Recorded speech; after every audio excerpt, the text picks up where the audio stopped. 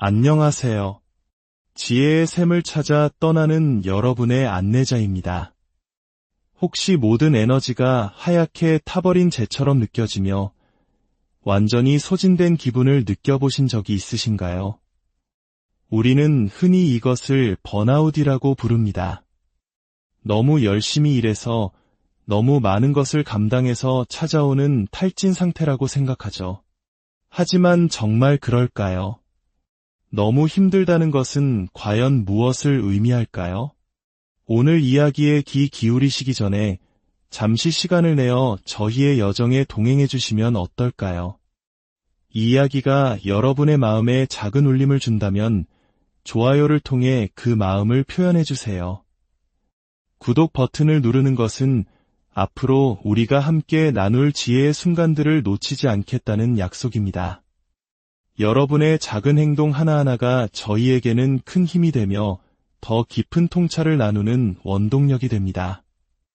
여러분의 하루에 평화와 은총이 가득하기를 기원하며 오늘의 이야기를 시작하겠습니다. 너무 힘들다는 개념은 사실 매우 모호합니다. 무엇이 너무 힘든 것일까요? 기준이 무엇일까요? 이 질문을 다른 각도에서 바라볼 필요가 있습니다. 우리에게는 일정 기간 동안 발휘할 수 있는 생산량이라는 것이 있습니다. 하루 동안에도 시간대별로 우리의 생산성은 오르내리죠. 아침에 가장 높았다가 점심을 지나 저녁이 되면 점차 떨어집니다. 그리고 결국 우리는 잠을 자야만 합니다. 잠에서 깨면 다시 생산성은 회복되죠. 번아웃, 즉 소진 상태는 단순히 일을 많이 해서 오는 것이 아닙니다.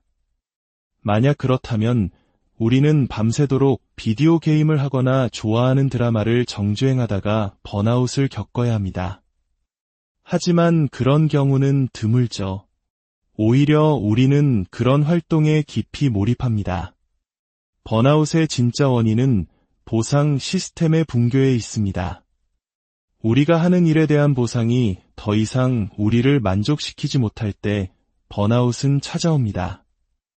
여기에는 두 가지 경우가 있습니다. 첫째, 보상에 너무 익숙해져 더 이상 그것이 보상으로 느껴지지 않는 습관화 상태입니다. 둘째, 의미 있는 보상을 받는 주기가 점점 길어져 기다림에 지쳐버리는 경우입니다. 두 경우 모두 본질은 같습니다.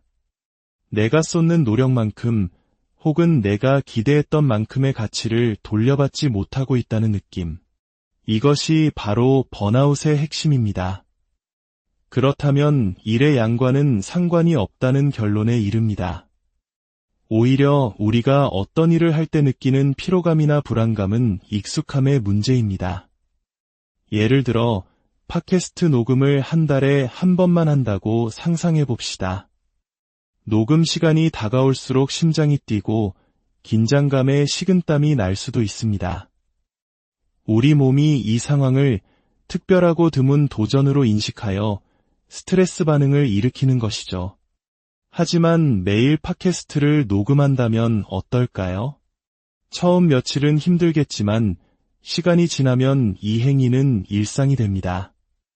더 이상 심장이 미친 듯이 뛰거나 불안에 떨지 않게 되죠. 우리 몸과 마음이 그 상황에 완전히 적응했기 때문입니다. 이것은 마치 우리가 매일 아침 출근하는 것에 더 이상 특별한 긴장감을 느끼지 않는 것과 같습니다. 결국 특정 조건 하에서의 모든 행동은 하나의 기술로 정의될 수 있습니다. 그리고 모든 기술은 학습과 개발이 가능합니다.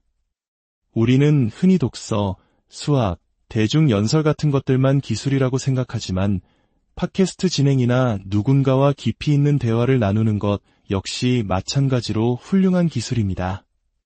기술을 개발하는 가장 기본적인 방법은 다른 사람을 관찰하고 모방하며 직접 역할을 수행해보는 것입니다. 즉, 다른 사람이 어떻게 하는지 보고 직접 따라 해보는 과정을 통해 우리는 성장합니다. 물론 이 과정에는 피드백이라는 장치가 필수적입니다. 내가 더 나아지고 있는지 알 수 있어야 하죠. 팟캐스트 녹음이 끝날 때마다 단 5분이라도 스스로에게 질문을 던지는 겁니다. 오늘 내가 잘한 점은 무엇이지? 다음엔 무엇을 개선해 볼까? 그리고 다음날 이전 녹음들을 다시 들어보며 객관적으로 평가하고 새로운 시도를 하는 과정을 반복하는 것입니다. 이런 선순환 구조가 만들어지면 우리는 더 이상 그 일에서 피로를 느끼지 않게 됩니다. 오히려 성취감과 함께 그 기술에 더욱 능숙해질 것입니다. 우리는 종종 나는 무엇을 잘할까? 라고 묻습니다. 하지만 때로는 나는 무엇을 잘하고 싶어질까? 라고 질문을 바꾸는 것이 훨씬 더 중요합니다.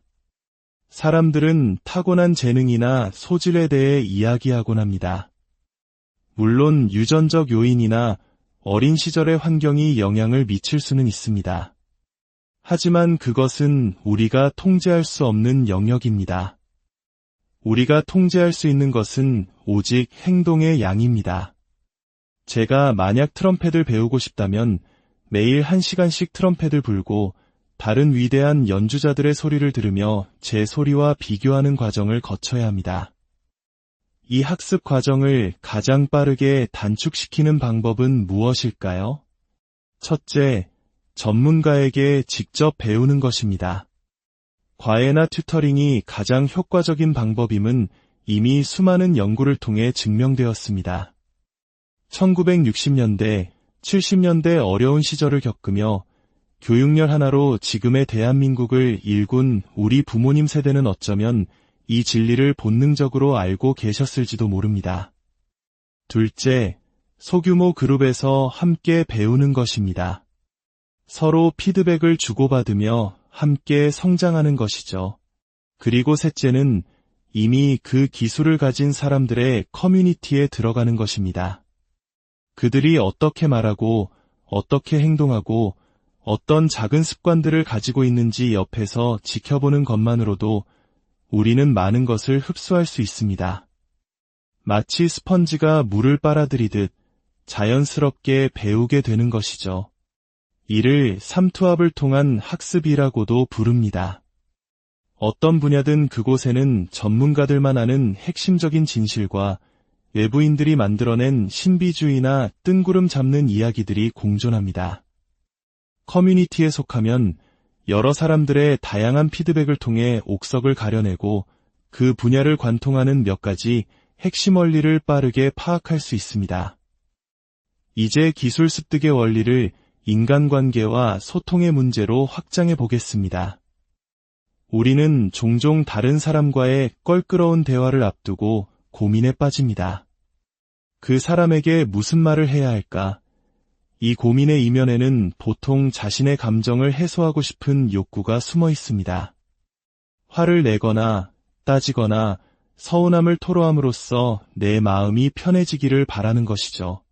하지만 질문을 바꿔봅시다. 이 대화를 통해 내가 정말로 원하는 결과는 무엇인가?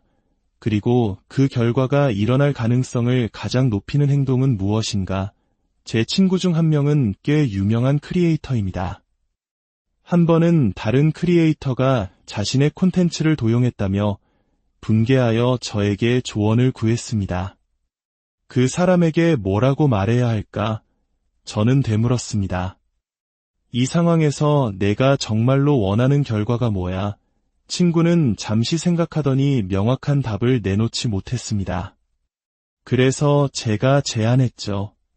만약 나라면 미래에 이런 일이 다시는 일어나지 않도록 만드는 것을 목표로 삼을 것 같아. 어때? 친구는 동의했습니다. 저는 다시 물었습니다. 그렇다면 내가 그에게 소리치고 화를 내는 것이 과연 그 목표를 달성하는 데 도움이 될까? 아니면 그는 잠시 사과하고 뒤돌아서서 너와 관계를 끊고 똑같은 행동을 다른 사람에게 반복하게 될까?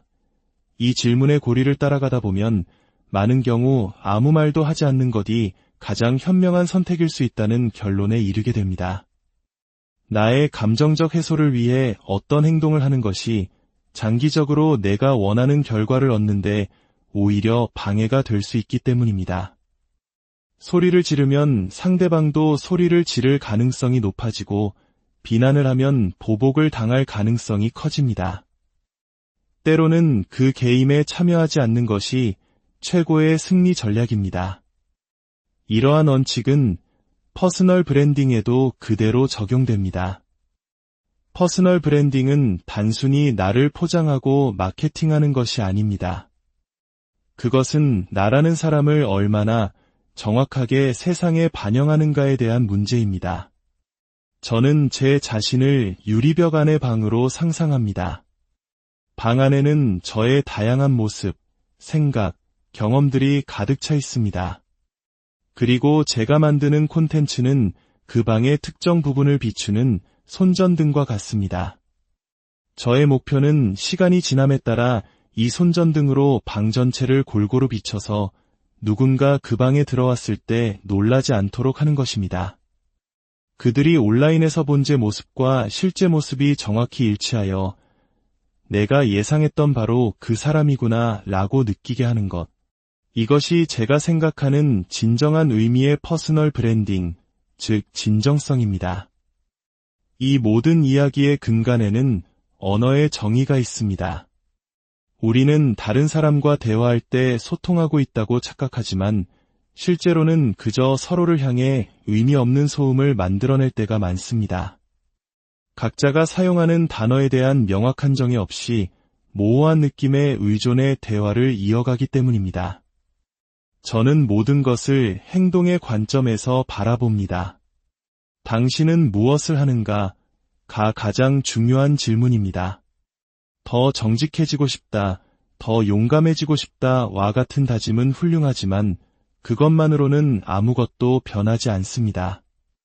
용감하다는 것은 구체적으로 어떤 행동을 하는 것을 의미하는가? 진정성 있다는 것은 어떤 선택을 하는 모습으로 나타나는가?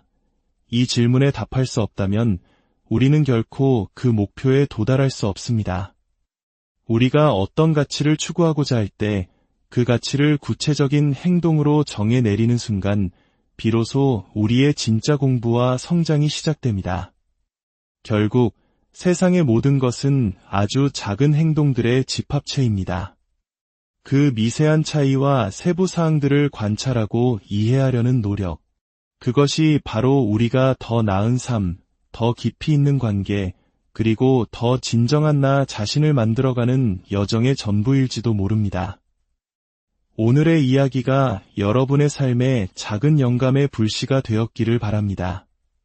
말 속에만 머무는 용기가 아닌 여러분의 작은 행동 속에서 빛나는 용기를 발견하는 하루가 되시기를 기원합니다.